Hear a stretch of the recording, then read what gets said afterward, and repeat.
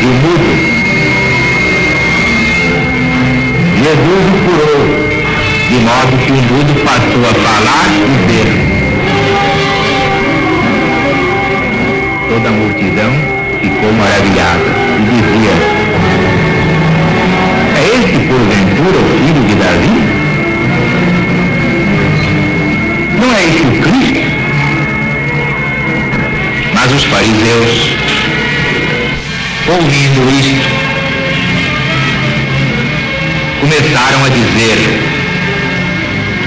ora, esse Jesus só expele os demônios por causa de Beelzebul, chefe dos demônios. Jesus, conhecendo seu pensamento secreto, falou: todo reino dividido contra si mesmo será desolado, toda casa dividida não reina. Ora, se Satanás expulsa o próprio Satanás, então já está dividido contra si próprio. Como pode sobreviver o seu reino? Se eu expulso os demônios por Beelzebul, os vossos filhos por quem os expelem? Por isso mesmo, eles serão os vossos juízes, certamente. Mas se pelo Espírito de Deus eu expulso os demônios, logo é chegado a vós o reino de Deus. Como pode alguém entrar na casa do valente e lhe roubar os bens sem primeiro o amarrar? Só então poderá saquear a sua casa. Quem não é por mim é contra mim. Quem comigo não junta, espalha. Por isso eu vos declaro: todo pecado e blasfêmia serão perdoados aos homens, mas a blasfêmia contra o Espírito não lhes será perdoada. Aquele que disser alguma palavra contra o Filho de Deus, isto lhe será perdoado. Mas ao que falar contra o Espírito Santo, não lhe será perdoado, nem neste mundo, nem no outro. Reconhecei que a árvore é boa se o seu fruto é bom, ou que a árvore é má se o seu fruto é mau, porque pelo fruto é que se conhece a árvore. Raça de víboras, como é que podeis falar coisas boas sendo tão maus? Porque a boca fala aquilo de que está cheio o coração. O homem bom tira boas coisas do seu bom tesouro. O homem mau tira coisas más do seu tesouro mau. Em verdade eu vos digo que de toda palavra ociosa que falarem os homens, dela terão de dar contas no dia de juízo. Aqui eu te digo: pelas tuas palavras serás justificado, pelas tuas palavras serás condenado.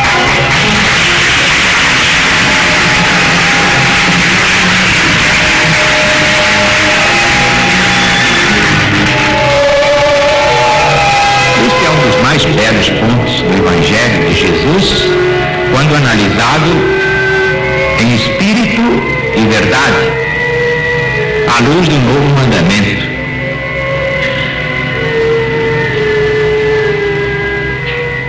É extraordinário como tudo isto combina com o que acontece com a LBV. Vamos ver os pontos principais. Primeiro, trouxeram a Jesus um endemoninhado. E o obsessor naquele tempo era chamado demônio. Podia estar em quantos corpos quisesse ao mesmo tempo. Então Satanás é tão poderoso quanto Deus. O demônio é Satanás. Hoje nós sabemos que não é nada disso. Cada demônio difere do outro, caso a caso e assim por diante. Portanto, se há 20 pessoas endemoniadas, são 20 obsidiados. Dificilmente um demônio se preocupa com os demais. Não tem tempo nem capacidade para isso. Um se encarrega de um e já é muita coisa.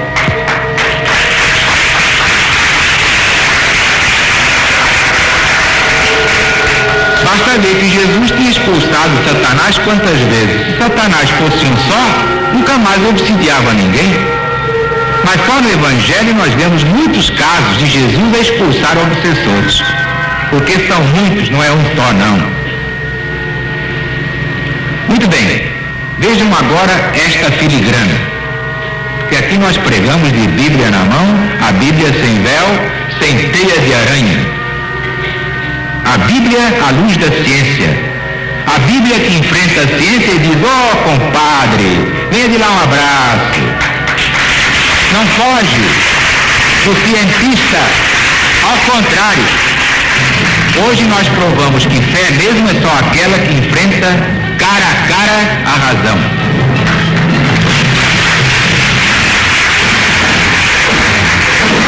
Então, o obsidiado era cego e mudo. Vejam que coisa curiosa. Então Jesus curou, de modo que o mudo passou a falar e ver, o que prova que muita gente que ficou cega não está cega. Entrou um obsessor que era cego. Muita gente ficou muda, não pode mais falar, porque está um demônio mudo, um obsessor que era mudo quando vivia na terra.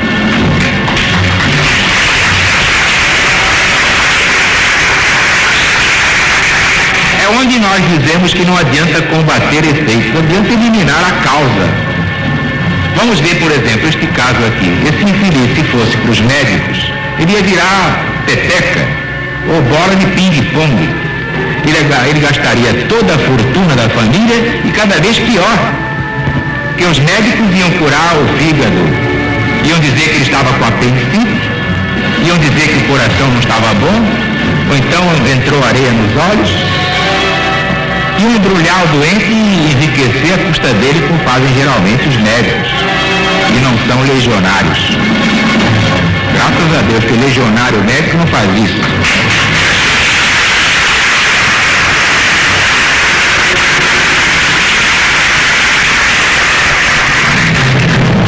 Pois bem, então Jesus provou que não adianta combater efeitos, adianta ir à causa e extirpá-la. Extirpando a causa, cessam os efeitos. Basta ver que tirou o demônio, mudo e cego, a pessoa obsidiada passou a ver e falar.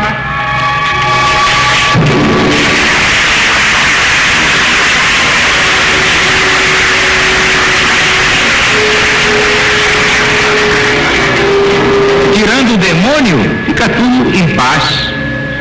O obsessor tinha sido mudo e cego.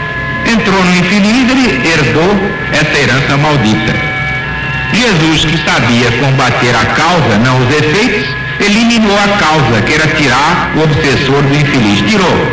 Deixou de ser surdo, mudo, e deixou de ser cego. Passou a ver e falar. Não tem saída.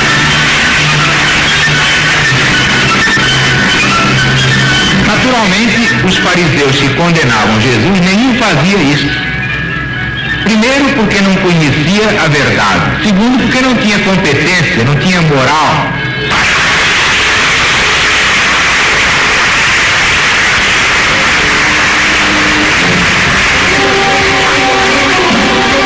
Não basta dar ordens, não. Nos Atos dos Apóstolos, nós vemos um caso muito interessante de obsessão. Paulo, apóstolo, tinha conhecimento e tinha moral, porque não brincava com as coisas de Deus. Não explorava, não comercializava as coisas de Deus. Que a ordem é essa: dai de graça o que recebeis de graça. Não vos pertence. Então São Paulo chegava perto de um obsidiado, dava uma ordem só, e o obsessor saía com todo o seu poder. o caso daquela mulher que adivinhava, estava servindo bem aos seus patrões, São Paulo se enjoou dela e deu uma ordem e eles saíram, os obsessores. Um era espírito adivinhador, imaginem vocês. Mas então havia lá um judeu e os filhos do judeu quiseram fazer o mesmo. Então enfrentaram lá uns obsidiados e deram ordem aos obsessores: saiam daí! Levaram uma surra e ficaram todos ensanguentados no chão. Prova que os obsessores só respeitam quem tem dignidade para dar ordem.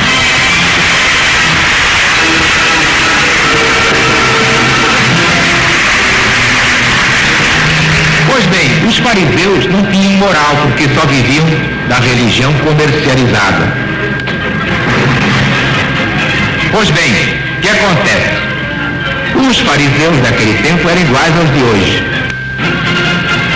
Então, de raiva vendo que Jesus libertou o obsidiado e ele passou a ver e falar, deixou de ser cego e surdo, cego e mudo, o que aconteceu?